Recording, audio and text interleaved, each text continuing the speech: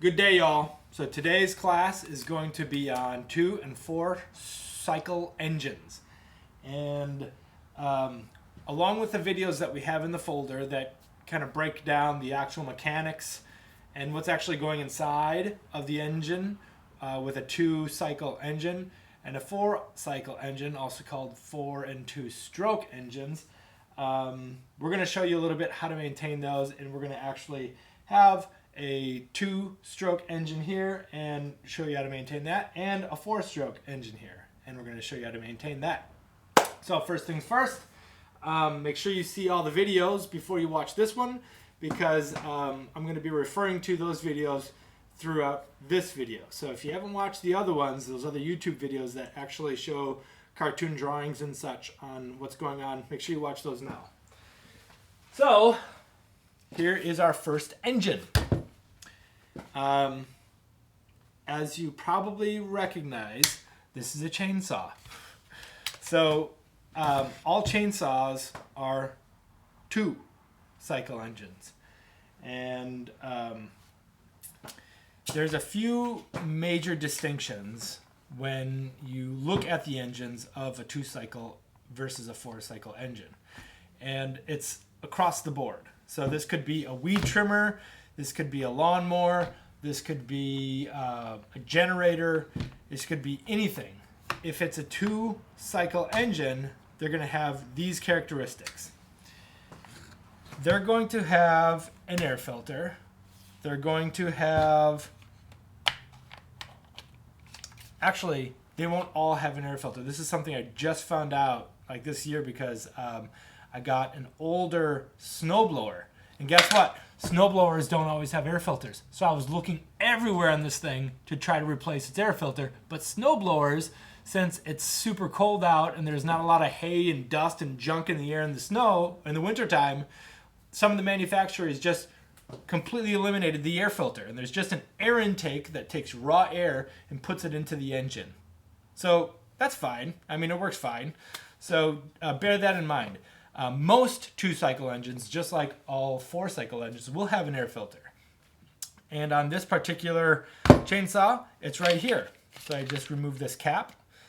All 2-cycle engines have a spark plug, which is down here, and I'll show you how to replace that in a moment.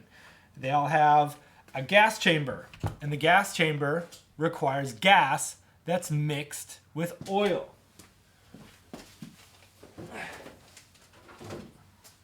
Which is right here. And I have on here, this is still 2-cycle engine oil. You can see it right on there. This is the best kind of, that I can find. This is the best kind of 2-cycle engine oil that you can find. And right here I have a measurement, 5.5 ounces per 2 gallons. And that's because I have a 2-gallon tank that fills all of my 2-stroke engines. So every time I fill this up with gas to feed my chainsaws or my weed whipper or my blower, that means I have to add 5 1/5 ounces of this stuff. And bear in mind, this stuff will sink if you don't continually mix this up. So over winter, if you're not using your machines and things, and you pick this up and you start putting gas into your 2-cycle engines, it's not going to be properly mixed unless you shake the heck out of this thing up before you fill up the gas tanks. So it doesn't dissolve. You need to constantly shake this stuff up before you add it to your machines. So that's what this stuff is. So the big difference with 2-cycle engines is they don't have an oil chamber. So like they don't have a reservoir that has oil. So there's not like an oil pan. There's not a dipstick that'll check your oil in 2-cycle engines. 4-cycle engines, which is like the engines in a car, all have oil pans. That's why you can't flip a lawnmower up and scrape off the chain and all that, or the blade underneath, because if you flip it upside down, all the oil's going to come out. Chainsaws, you can flip upside down and you're going to be fine. Because everything's closed in there, but oil will drip all over the place if you do that with a four cycle engine, you don't want to flip them upside down. So if it has an oil pan, if it has a dipstick, it's always going to be a 4-cycle engine. So that's one big rule of thumb. So this is a 2-cycle engine, which means it doesn't have oil. It gets its lubrication from the gasoline, which we mix with this stuff right here, 2-cycle engine oil. So put these things away, and I'll show you a little bit about this. So 9 times out of 10, if you got a 2-cycle engine, you're going to have an air filter. You're going to want to check this periodically throughout the year, especially if you're using it a lot. And if you're using it on a chainsaw, you know, more dust is created with a chainsaw. So this, you just take off, and if you have an air sprayer, you know, air compressor, you can just blow it right off. Check to see if there's any punctures in there, if it's torn. You replace this maybe once a year if you use a lot, or once every other year, it's okay.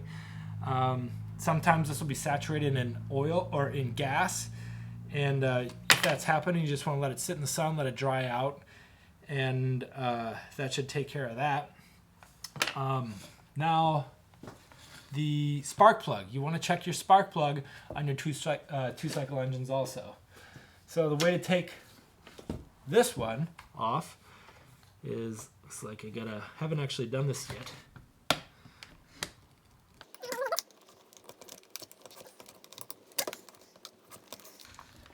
Oh. Man, that was the craziest boot to remove. And there is my socket head for the spark plug. Goes in there. I think the other one, well, I could see if I can replace this one. I'm going to pause this real quick. Okay, so on the master control kill switch up here, the icon that looks a lot like the choke is called the starting throttle position. And I think what that does is it just allows a little bit of extra gas to be distributed through your carburetor. So they don't always have this option. In fact, most of the time, the choke is usually located on this master switch up here, kill switch. So the fact that this one's off a little bit is a little different. So if it does have 2 different levers, if there's something here independent from your actual master lever, this one is the actual choke. So this is the choke, and this is just starting throttle switch option. So if it's a cold engine, then you're going to want to use that. If you've been using it throughout the day, the engine's a little bit warm, you don't need to engage the starting throttle position anymore. All you have to do is choke it if it's not working. If it's not starting up right away, then you can choke it, and it should go. This is only used when you have a cold engine, like if you haven't used it all day or if it's been sitting over a week or something like that. But if the engine is warm at all, you don't really need to use that. Okay, so we talked about the spark plug, the oil and gas mixture. Now, as far as like putting your 2-cycle engines away for storage, the things you're going to want to do are drain the tank. You don't need to clean the tank. Some people say you need to clean the tank. But if you're taking good care and putting filtered gas in here, you know, there's no reason that you should have a lot of junk caught up in there.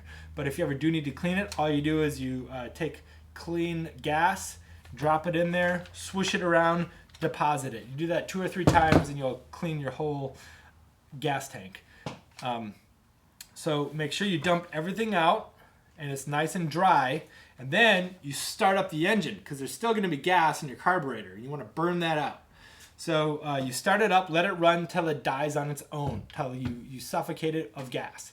So then it'll be completely empty, and none of the housing or anything like that of the fuel lines or anything like that is going to get corroded over time. You're going to be a lot safer if you're going to be storing your machine. Drain the tank and then run it till it's dry, and then you want to store it in a dry place. That's basically it. Not a whole lot of maintenance to the actual engine itself.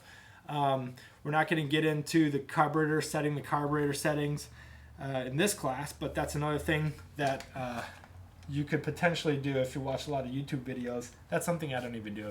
If it's having carburetor issues, I usually bring it to a place where people, that's all they do all day long is work on carburetors, and they'll be able to identify and dial in your carburetor really fast if you're having carburetor issues. So that's it for the 2-stroke, and we'll go on to the 4-stroke now. Okay, so now we're getting into 4-cycle engines, 4-stroke. Now we got 100% gasoline. There's no oil in here at all. It cannot be 85% ethanol stuff. It has to be 10 or less ethanol. So straight on gasoline. And then we have to find out which type of oil. And I got 3 kinds here that work. Basically, this number, the 10W30, the 5W30, the 10W40, all these are just viscosities. So the level of which the oil takes on a fluid character. So the more viscous it is, I think the higher the number. I could have that wrong. I need to interject here real quickly because I did a little bit of research on engine oils. So the first part with a W, 5W or 10W, that indicates the viscosity of the oil when it's cold. The lower the number, the more viscous. The higher the number, the thicker it is. So in winter, 5W is recommended because it's going to be more like water when it's cold. And if it's a 10, so it's going to be real thick. When you try to start your engine, it's going to be difficult to start your engine up, and it's going to allow for less slippage. The second number, 40 or 30, that indicates the viscosity of your oil when it's warmed up. So after your engine's been running for a while, the 30 is going to be more viscous. It's going to be more water-like, and it's going to allow for less lubrication. It's going to allow for less sealing inside your engine. So the 40 is actually better when it's all warmed up. So 5W40 is good in the winter. If it's in the summer, 10W40 is just as good. The recommendation for these types of 4-cycle engines, and if you're using them primarily in the summertime, is 10W30. So this one right here. And this one I bought specifically for 4-cycle engines for outdoor power equipment. This stuff is the same thing. And oftentimes this 10W30 is going to be quite a bit less expensive for this 10W30.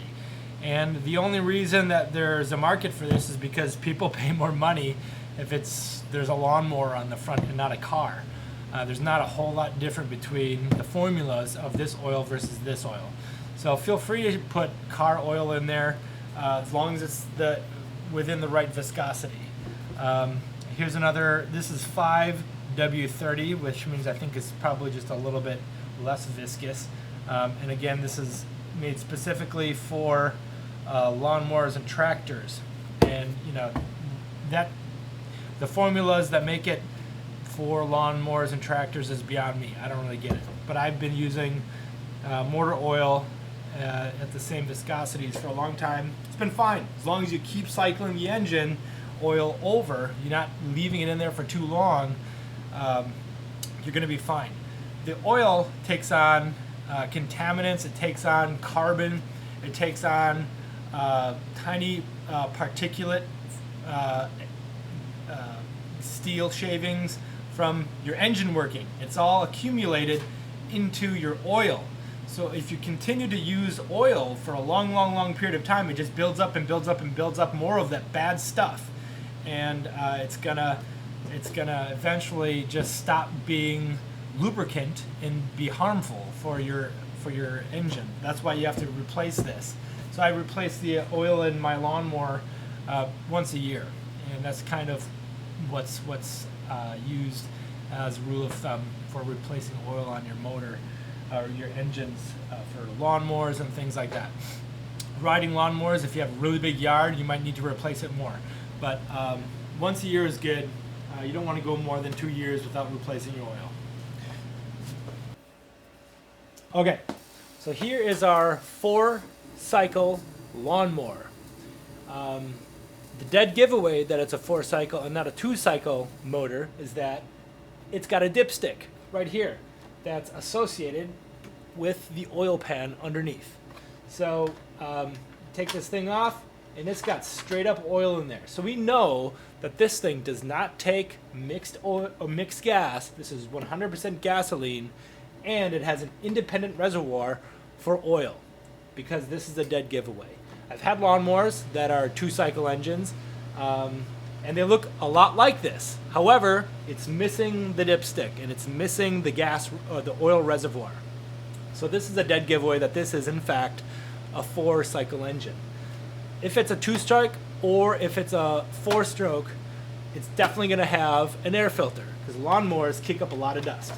So you want to make sure you check this frequently.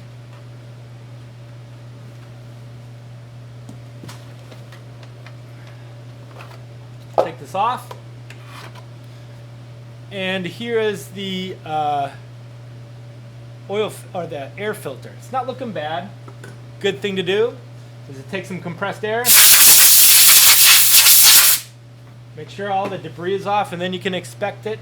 And it, it's looking all right, but it's not looking great. You can see some discoloration going on right there, and these aren't cheap. This probably costs like $5-10. I'm probably going to go ahead and buy a new one because I can tell that there's some saturated contaminants in there, and that's going to allow less air to be getting into the engine that needs to be. So I'm probably going to go ahead and buy a new one of these. But for now, I'll just put it back on. Make sure everything's seated in there. Put the top back on. Now, when you're putting gas in here, make sure you don't get the cheap gas, that E85 stuff. In fact, right on this gas cap, it says E85 with an X through it. Do not use E85 or gasoline containing more than 10% ethanol. So there you go. Use good, straight up gasoline in your 4-stroke engines. Fill that thing up. It'll be good to go. If I was going to do an oil change on this, I would take this off. I would find the plug on the bottom of the crankcase down here, and get a pan. Put the oil pan underneath it. Take out that plug. Drain all that dirty oil out, and then put the plug back in with a new washer, and fill this up. And keeping note of the level on your dipstick, and remember, you go ahead and wipe it. Drop your dipstick in here, turn it so it's all the way down. Now you can read the level. And I don't know if you can see that, but we're doing pretty good. It's actually looking maybe a little high. So, but you can see the color of the oil is tannish, and that's new oil in there. When it starts to get darker, kind of cloudy, that's when you know that contaminants is starting to build up in your oil, and you're going to want to change that. Another thing you can do is just, since we got the compressed air here, is just blow out the inside and the top part of your I guess this would be the ignition, the coil in here that starts the action potential of your engine. But mice will get in there, and for whatever reason, they love making nests in here. So before you start using this in the spring, just inspect in here, blow it out, make sure that there's not any little mice family in there. But I mean, these are pretty easy to maintain. One other thing I want to mention that is kind of the principle that applies to both 2 and 4 cycle engines is whatever the work end of this thing is doing, make sure that it is being maintained as well. So the work end, I mean, on the chainsaw is going to be, or I'm sorry, the work end on your lawnmower is going to be your big blade underneath this thing that's cutting your grass. So make sure that is nice and sharp. If it's not nice and sharp, it's going to have to work harder, and that work is just going to keep draining on your engine. It's going to make your engine have to work harder than it needs to. So make sure that the work end of any of your machines is maintained sharp and lubricated well and in good working order. Okay, the last thing I want to talk about in this video are batteries.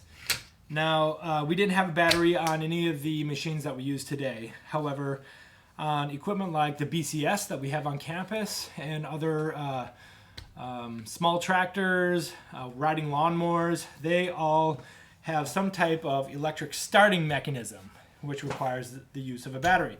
Now, this is not a machine battery, this is for an RV. However, the same principles that apply to this apply to smaller batteries for the things I just mentioned. So, people neglect batteries, and then they end up having to buy a new battery for their machine every single year. And that's completely unnecessary. If you take care of your batteries, they should last for 2, 3, 4, even 5 years.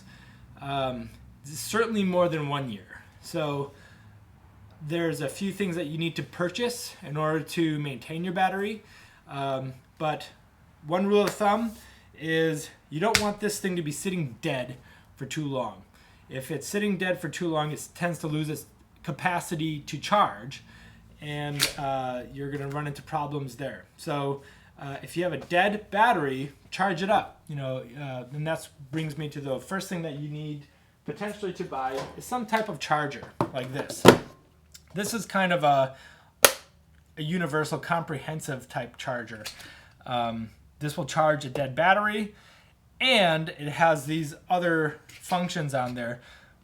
This one's called a trickle charger, but other places will call it a floating mechanism or a tending mechanism. So this, first of all, this will charge a dead battery up to 100%.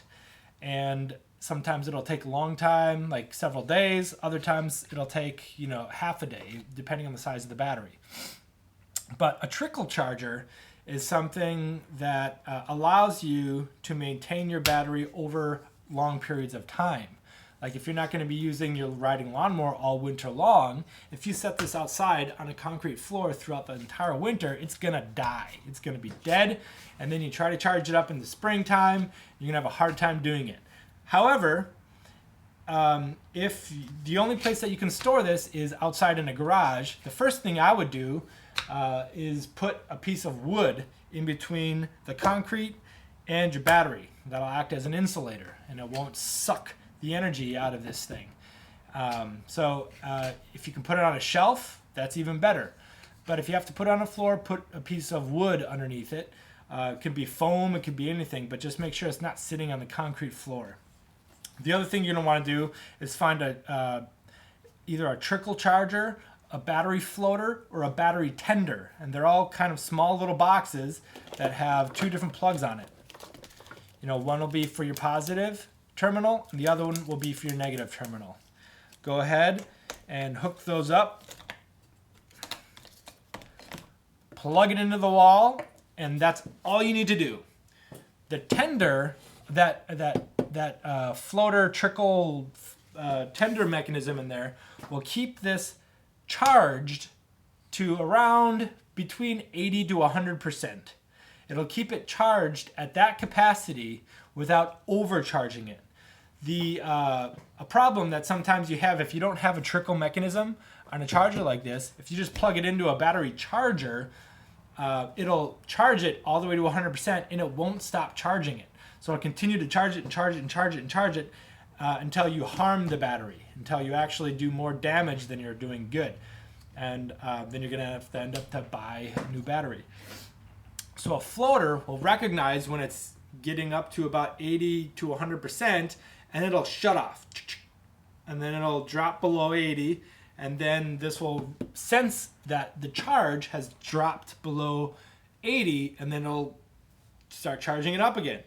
And it'll turn on and off, on and off, on and off all winter long, so that this thing is nicely charged at between 80 and 100% throughout the time that you're not using it. If you're using it, consistently throughout the summer, you don't need a charger, because every time you start your motor, you're going to be kind of charging it back up again, hopefully. So the same principles that apply to this big battery will apply to those little batteries. So get yourself, if you have a battery on any of your equipment, make sure you get yourself a trickle charger, a floater, or a tender. They're all pretty much the same thing.